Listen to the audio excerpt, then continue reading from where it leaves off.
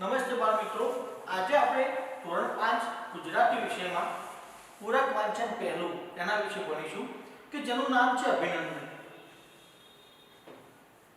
ધોરણ 5 વિષય ગુજરાતી અને પાછળ પૂરક વાંચનની અંદર પ્રથમ કાવ્ય વિશે ભણીશું કે જેનું નામ છે અભિનંદન અને એના કવિ છે ભાગ્યેશ જહાર. આ જે કવિ છે એ કવિનું નામ છે ભાગ્યેશ જહાર. આ અભિનંદન જે કાવ્ય છે એ અભિનંદન જે કાવ્ય છે એ અભિનંદન કાવ્ય શેના વિશે સમજાવવામાં આવ્યું છે? અભિનંદન કાવ્યમાં શેના વિશે સમજાવવામાં આવ્યું છે તેની થોડી પ્રસ્તાવના આપણે સમજી લઈએ. પ્રસ્તુત કાવ્યમાં ગુજરાતની ગરિમાની વાત કરવામાં આવી છે. પ્રસ્તુત કાવ્યમાં ગુજરાતની ગરિમાની વાત કરવામાં આવી છે. આપણે જે આજે અહીંયા કાવ્ય ભણવાના છીએ એ કાવ્યની અંદર ગુજરાતના ગૌરવની વાત કરવામાં આવી છે. એ કાવ્યની અંદર ગુજરાતના ગૌરવની વાત કરવામાં આવી છે.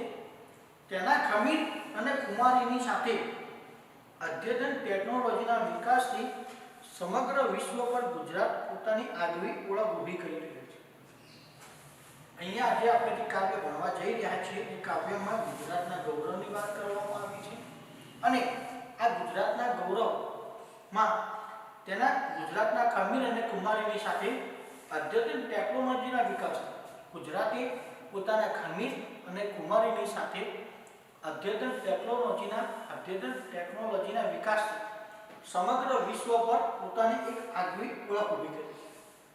સમગ્ર વિશ્વ ઉપર પોતાની એક આગવી ઓળખ ઊભી કરી છે. તેની રજૂઆત કવિએ રસપ્રદ રીતે આ કાવ્યમાં કરી છે. તેની રજૂઆત કવિએ રસપ્રદ રીતે આ કાવ્યમાં કરી છે.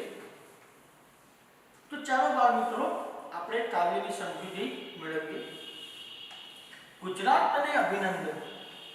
ગુજરાત તને અભિનંદન, ગુજરાતીના ગૌરવથી આ ધરા બની નંદનવંદન.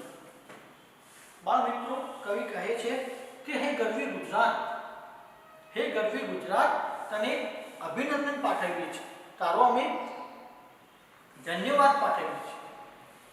કવિ કહે છે કે હે ગરવી ગુજરાત, તને અમે અભિનંદન પાઠવીએ છીએ, તારો અમે ધન્યવાદ પાઠવીએ છીએ. ગુજરાતીના ગૌરવથી આ ધરા બની નંદનવંદન. ધરા એટલે બાળ મિત્રો ધરતી. ધરા એટલે કે બાળ મિત્રો ધરતી. ગુજરાતની જે આ ધરતી છે, ગુજરાતની આ જે ધરતી છે એ ગુજરાતીના ગૌરવથી નંદનવંદન બની છે, એટલે કે લીલીછમ હરિયાળી બની છે. ગુજરાતની આ ધરતી ગુજરાતીના ગૌરવથી લીલીછમ એટલે કે હરિયાળી બની છે. વેદકાળથી વહે નિરંતર જ્ઞાન ભક્તિની ધારા. વેદકાળથી વહે નિરંતર જ્ઞાન ભક્તિની ધારા. દશે દિશાઓ રક્ષે દેવો નર નારી અહીં ન્યારા.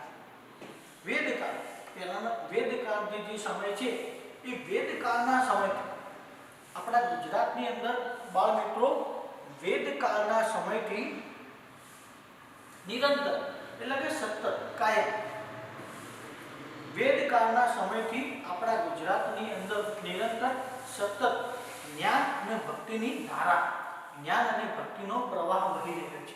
ધારા એટલે કે પ્રવાહ. કવિ કહે છે કે વેદકાળના સમયથી આપણા ગુજરાતમાં સતત જ્ઞાન અને ભક્તિનો પ્રવાહ વહી રહ્યો છે. દશે દિશાઓ રક્ષે દેવો નર ન્યારી અહીં ન્યારા. ન્યારા એટલે કે બાળ મિત્રો અનોખા. ન્યારા એટલે કે બાળ મિત્રો અનોખા, અલગ, અનોખા. કવિ કહે છે કે જે દશે દિશાઓ છે, આ જે ગુજરાતની દશે દિશાઓ છે એ ગુજરાતની દશે દિશાઓનું રક્ષણ કોણ કરે છે? દેવો કરે છે. દેવો ગુજરાતની દશે દિશાઓનું રક્ષણ કરે છે. નર ન્યારી અહીં ન્યારા. ગુજરાતના જે નર અને નારી છે, સ્ત્રી અને પુરુષો છે, ગુજરાતના જે સ્ત્રી અને પુરુષો છે એ અનોખા છે, અલગ છે. તું સોમનાથનું બિલીપત્ર, તું હાટકેશનું ચંદન. કવિ અહીંયા સુંદર રીતે કહે છે કે તું સોમનાથનું બિલીપત્ર છે. સોમનાથ બાળ મિત્રો તમે જાણતા હશો કે આપણું જે જ્યોતિર્લિંગ છે સોમનાથ, ગુજરાતની અંદર જે જ્યોતિર્લિંગ છે એ સોમનાથ તરીકે છે. અને આ જે જ્યોતિર્લિંગ છે એ એક પ્રવાસન સ્થળ છે, ધાર્મિક સ્થળ છે. એ એક પ્રવાસન ધાર્મિક સ્થળ છે જ્યાં ગુજરાત સહિત ભારતભરના ઘણા બધા લોકો, ગુજરાત સહિત ભારતભરના ઘણા બધા લોકો શંકર ભગવાનના દર્શન કરવા માટે ત્યાં આવે છે. આ જે સોમનાથ છે એ ગુજરાતનું જ નહીં પરંતુ ભારતનું સૌથી મોટા જે ધાર્મિક સ્થળો છે એની અંદર સોમનાથનો સમાવેશ થાય છે. અને આ સોમનાથના મંદિરની અંદર જે શંકર ભગવાન છે તે શંકર ભગવાનના દર્શન કરવા માટે ગુજરાત તેમજ ભારતભરના ઘણા બધા લોકો દર્શન કરવા માટે આવે છે. કવિ કહે છે કે તે સોમનાથનું બિલીપત્ર છે. બિલીપત્ર એટલે કે ભક્તિભાવ વાળો છે. હે ગુજરાત, તું ભક્તિભાવ વાળો છે, તું આઠકેશનું ચંદન છે. હે ગુજરાત, તું આઠકેશનું ચંદન છે એટલે કે તું અધ્યાત્મ ભાવ વાળો છે. તું સોમનાથનું બિલીપત્ર છે એટલે કે હે ગુજરાત, તું સોમનાથનું બિલીપત્ર એટલે કે ભક્તિભાવ વાળો છે અને આઠકેશનું ચંદન એટલે કે અધ્યાત્મ ભાવ વાળો છે. ધરતીકંપમાં ઉભો રહ્યો તું સાવ અડીખમ માણસ. ધરતીકંપમાં ઉભો રહ્યો, ધરતીકંપ જેવી જે કુદરતી આફત, ધરતીકંપ એટલે બાળ મિત્રો તમે જાણતા છો કે એક પ્રકારની કુદરતી આફત છે. અતિવૃષ્ટિ હોય, ધરતીકંપ હોય, એ કુદરતી આફતો છે. ધરતીકંપમાં ઉભો રહ્યો તું સાવ અડીખમ માણસ. ધરતીકંપ જેવી જે કુદરતી આફત છે એ કુદરતી આફતમાં પણ તું સાવ અડીખમ ઉભો રહ્યો છે. દુષ્કાળોની દારૂણ ક્ષણમાં સતત ધબકતો માણસ. દારૂણ એટલે કે બાળ મિત્રો ભયાનક. દારૂણ એટલે બાળ મિત્રો ભયાનક. ક્ષણ એટલે કે પળ. દારૂણ એટલે કે ભયાનક, ક્ષણ એટલે કે પળ. દુષ્કાળ જેવી ભયાનક પળમાં પણ માણસ, ગુજરાતનો માણસ સતત ધબકતો રહે છે. ગુજરાત જેવી દુષ્કાળ જેવી દારૂણ ક્ષણ. બાળ મિત્રો દુષ્કાળ જેવું જે ભયાનક પળ છે એ પળમાં પણ, દુષ્કાળ જેવી ભયાનક પળમાં પણ ગુજરાતનો જે માણસ છે એ સતત ધબકતો રહે છે. એ સતત ધબકતો રહ્યો છે. સરળ સહજથી સંતાડ્યું તે આંસુ ભીનું ક્રંદન. ગુજરાતનો જે વ્યક્તિ છે એને પોતાનું દુઃખ, એની વેદનાને સરળ અને સહજ રીતે છુપાવવું છે. આવી અતિવૃષ્ટિ હોય, ધરતીકંપ હોય, એવી કુદરતી આફતો સામે પણ ગુજરાતના જે વ્યક્તિઓ છે એ વ્યક્તિઓએ સરળ અને સહજ રીતે પોતાનું દુઃખ અને વેદનાને છુપાવ્યું છે. અભિનંદન ગુજરાત તને અભિનંદન. કવિ ભાગ્યેશ ઝા કહે છે કે હે ગરવી ગુજરાત, તને અભિનંદન પાઠવીએ છીએ. હે ગરવી ગુજરાત, તને અભિનંદન પાઠવીએ છીએ. કમ્પ્યુટરમાં કૃષ્ણ નિહાળે, ગર્ભે અંબા રમતી. કવિ આગળ સમજાવતા કહે છે કે આપણે આજે કમ્પ્યુટરમાં કૃષ્ણને નિહાળીએ છીએ. આજે આપણે કમ્પ્યુટરમાં કૃષ્ણને નિહાળીએ છીએ અને માં અંબાને ગર્ભે રમતી નિહાળીએ છીએ. આજે જે અદ્યતન ટેકનોલોજી છે બાળમિત્રો, એ અદ્યતન ટેકનોલોજી દ્વારા કવિ અહીંયા આપણને સમજાવવા માંગે છે કે આજે આપણે બધા ગુજરાતના લોકો એ કોમ્પ્યુટરમાં કૃષ્ણ નિહાળે છે. ગુજરાતના લોકો કોમ્પ્યુટરમાં કૃષ્ણ નિહાળે છે અને માં અંબાને ગરબે રમતી નિહાળે છે. બાળ મિત્રો તમે જાણતા હશો કે આપણા ગુજરાતનું સૌથી જાણીતું લોકનૃત્ય છે ગરબા, અને એ નવરાત્રિના અંદર આપણે જોતા હોઈએ છીએ. અહીંયા કવિ કહે છે કે કોમ્પ્યુટરમાં આપણે કૃષ્ણને નિહાળીએ છીએ અને માં અંબાને ગરબે રમતી નિહાળીએ છીએ. દેશ વિદેશ વેબસાઇટમાં વિસ્તરતી ગુજરાતી વિસ્તરતી. દેશ વિદેશ વેબસાઇટમાં વિસ્તરતી ગુજરાતી વિસ્તરતી. વેબસાઇટ એટલે કોઈ ચોક્કસ વસ્તુ બનાવતી કોમ્પ્યુટર સ્ક્રિપ્ટ છે. વેબસાઇટ એટલે બાળ મિત્રો કોઈ ચોક્કસ વસ્તુ બનાવતી કોમ્પ્યુટરની સ્ક્રિપ્ટ એટલે વેબસાઇટ.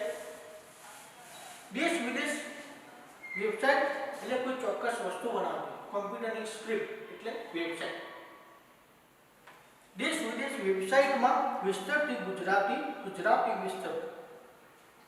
દેશ વિદેશની જે વેબસાઇટો છે એ વેબસાઇટોની અંદર આપણી જે ગુજરાતી ભાષા છે, દેશ વિદેશની વેબસાઇટોની અંદર આપણી ગુજરાતી ભાષા સતત વિસ્તરી રહી છે, એનો સતત વિકાસ થઈ રહ્યો છે. સમૂહ જીવનમાં સૌની સાથે વહેંચે કેવા સ્પંદન, અભિનંદન ગુજરાત તને અભિનંદન. સમૂહ જીવનમાં સૌને સાથે લઈને ગુજરાતી કેવા સ્પંદન વહેંચી રહી છે. આજે આપણે સમૂહ જીવન છે, આપણી ભારતીય સંસ્કૃતિનું સૌથી વધારે મહત્વનું એક પોઈન્ટ હોય તો સમૂહ જીવન છે. આજે પણ આપણે બધા સમૂહ જીવનમાં સાથે રહીએ છીએ. કોઈ પણ પ્રકારના ધર્મના કે જ્ઞાતિવાદના ભેદભાવ વગર આપણે બધા સાથે હળી મળીને રહીએ છીએ. એ ભારતીય સંસ્કૃતિનો એક મહત્વનો મુદ્દો છે. સમૂહ જીવનમાં સૌને સાથે લઈને વહેંચે કેવા સ્પંદન. કવિ કહે છે કે સમૂહ જીવનમાં આપણે ગુજરાતીઓ સમૂહ જીવનમાં સૌને સાથે લઈને, સમૂહ જીવનમાં સૌને સાથે લઈને ગુજરાતી કેવા સ્પંદન વહેંચે છે. સમૂહ જીવનમાં સૌને સાથે લઈને ગુજરાતી કેવા સ્પંદન વહેંચે છે. અભિનંદન ગુજરાત તને અભિનંદન. કવિ કહે છે કે હે ગરવી ગુજરાત, હે ગરવી ગુજરાત તને ખૂબ ખૂબ અભિનંદન પાઠવીએ છીએ. કવિ છેલ્લે કહે છે કે હે ગરવી ગુજરાત તને ખૂબ ખૂબ અભિનંદન પાઠવીએ છીએ. બાળ મિત્રો, આપણે અહીંયા કાવ્યની સમજૂતી પૂર્ણ કરી અને છેલ્લે ભાગ્ય જહા આ કાવ્યની અંદર શું સમજાવવા માંગે છે એના વિશે વાત કરી લઉં કે આ કાવ્યમાં ગુજરાતના ગૌરવની વાત કરવામાં આવી છે. આજે આપણે કાવ્ય ભણ્યા એ કાવ્યમાં ગુજરાતના ગૌરવની વાત કરવામાં આવી છે.